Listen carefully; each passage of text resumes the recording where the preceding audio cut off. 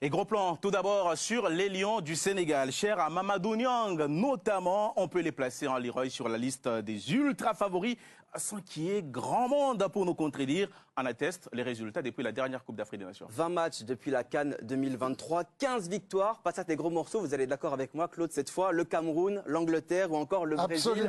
Voilà, contre qui ils ont gagné 4-2, notamment en juin 2023, mais aussi contre qui ils ont connu leur seule et première défaite depuis 2023. C'était le mois dernier.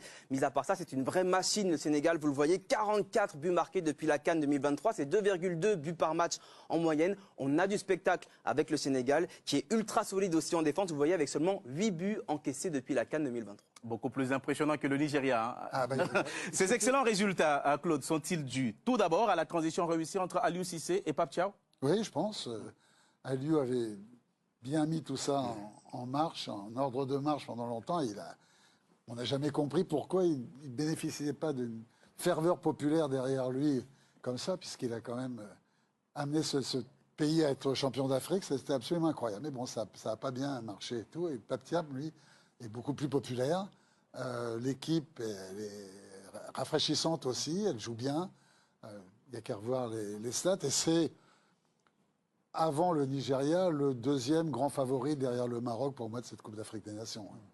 Claude l'a rappelé, hein, le Sénégal jouait déjà très bien avec Aliou Cissé. Qu'est-ce que Pape Thiaw a apporté de plus? Quelle est sa patte? Je pense qu'il est beaucoup plus à l'écoute des joueurs, il est très proche des joueurs. Pape Thiaw, c'est quelqu'un qui travaille beaucoup. Moi, j'ai passé mes diplômes avec lui. Et c'est un bosseur, il est toujours dans la réflexion. Il va toujours vers les joueurs pour voir ce dont ils ont besoin, mais il les responsabilise beaucoup aussi. Il ose surtout, il n'hésite pas à lancer les jeunes quand il faut les lancer, à leur faire confiance. Il leur donne beaucoup de responsabilités et de confiance. Et les joueurs, ils apprécient ça. Hein. Moi, pour avoir échangé avec pas mal de joueurs, ils apprécient le coaching de Pape qui est à l'écoute de comment ils veulent jouer, de comment ils se sentent mieux sur le terrain tactiquement. Et donc, il les associe à la réflexion tactique. Bien sûr, les associe à la réflexion tactique. Et je pense que c'est une bonne chose. Je pense que c'est ce qui manquait aussi avec Aliou, parce que Aliou faisait du très très bon travail, mais si par moment il était plus à l'écoute de certains cadres, de certains leaders, je pense qu'il aurait eu de meilleurs résultats, notamment sur la fin. C'est vrai que Pape Thiaw a à sa disposition un groupe de très très grande qualité. Et pour s'en rendre compte, Leroy, vous vous êtes penché ligne par ligne sur le groupe qu'il a utilisé ces derniers mois. Un effectif hors norme. Pour le Sénégal, on commence avec les gardiens. Regardez qui est derrière Edouard Mendy. On a Moridio et Yehvan Diouf, deux très très bons gardiens du championnat de France. En défense, un très beau mix entre expérience et jeunesse avec des Kalidou Koulibaly qui ont par exemple 97 sélections, des joueurs confirmés comme Niakate et puis d'immenses talents en devenir comme Mamadou Sarr qu'on a reçu très récemment sur ce plateau. Même chose au milieu de terrain avec Pape Matar Sarr notamment, Lamine Camara qui incarne la jeunesse, Idrissa Gueye l'expérience et puis Pape Gueye qui est un peu le lien entre les deux. L'inquiétude, c'est Habib Diarra opéré à Lens il y a très récemment, mais qui est revenu et qui a reproduit la course cette semaine, qui a repris la course cette semaine. Et vous le voyez, l'autre doute, c'est pour Ismaïla Sarr touché à la cheville. Sa canne n'est pour l'instant pas remise en question. Mais de toute façon, quand on regarde le vivier offensif sénégalais, on n'a pas d'inquiétude. Hein. Les buteurs, Sadio Mané, Boulaye Dia, Habib Diallo ou encore Jackson. Et puis les feux volets, Mbaye ou encore Iliman Ndiaye qui flambe en première ligue avec Everton. On va s'arrêter un instant avec vous, Nabil, hein, sur le milieu de terrain. Quel est votre regard sur la richesse, le niveau, la diversité? Est-ce qu'il y a d'équivalence en Afrique? J'étais en train de regarder l'effectif dans sa globalité. C'est évidemment le meilleur effectif avec le Maroc, le plus complet.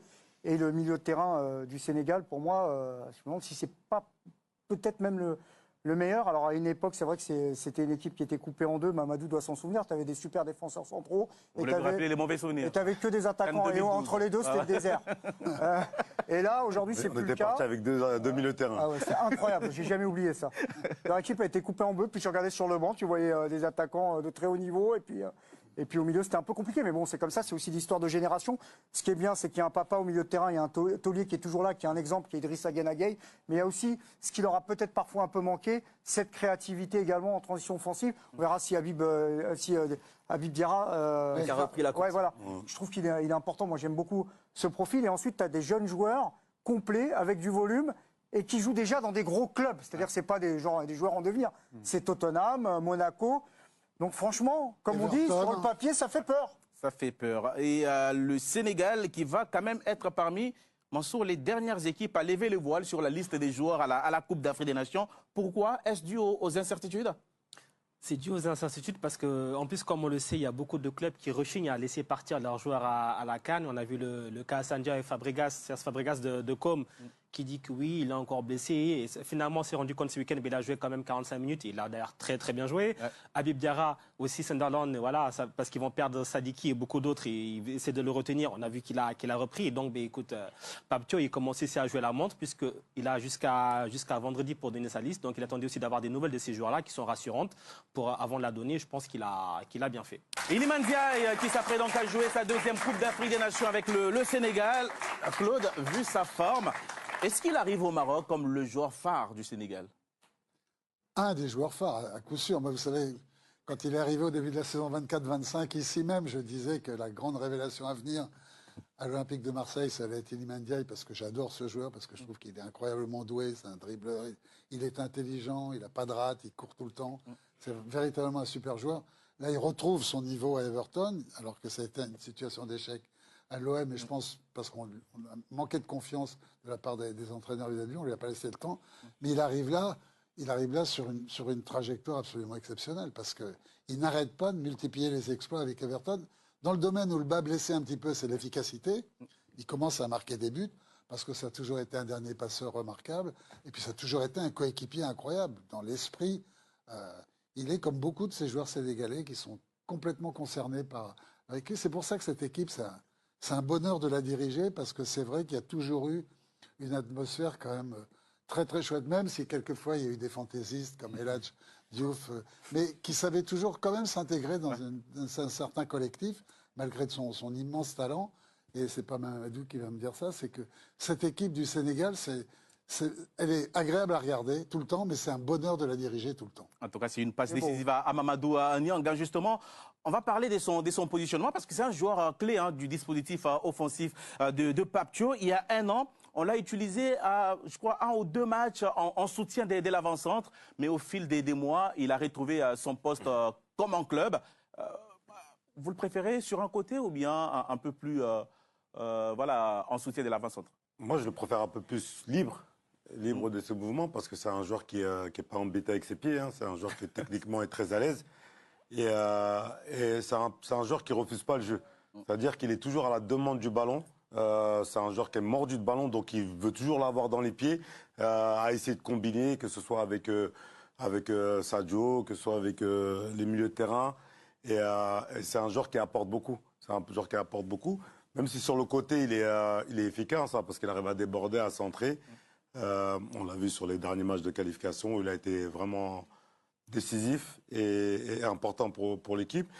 Mais la particularité, c'est que Pape aussi lui laisse beaucoup de liberté. Hein. Il ne le fiche pas dans un côté, hein. Il le met tactiquement sur le côté, mais il lui laisse jouer, hein. Il lui laisse libre de ses mouvements. Il peut se retrouver à droite, comme il peut se retrouver derrière l'attaquant. C'est un joueur c'est le joueur, pour moi, offensif, qui a le plus de liberté offensivement.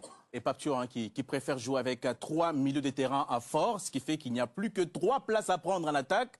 Une place pour Sadio Mané, une place pour Iliman Ndiaye, et la troisième? Enfin, Charles, je veux pas de problème. Sélectionneur. Je veux pas de problème.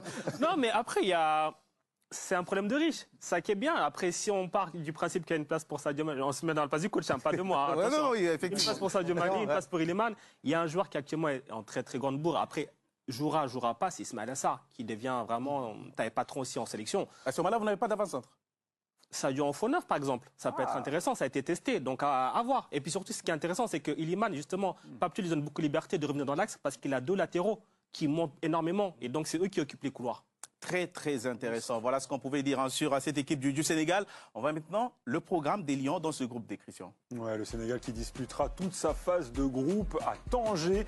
Au Maroc, donc, les Lions de la Teranga démarreront par le Botswana. Match a priori abordable le 23 décembre à Tanger. Et puis il y aura un match très savoureux contre la République démocratique du Congo le 27. On se souvient à peu près tous ici de ce qui s'est passé à Kinshasa le 9 septembre dernier. Et fin de la phase de groupe donc contre le Bénin le 30 décembre prochain.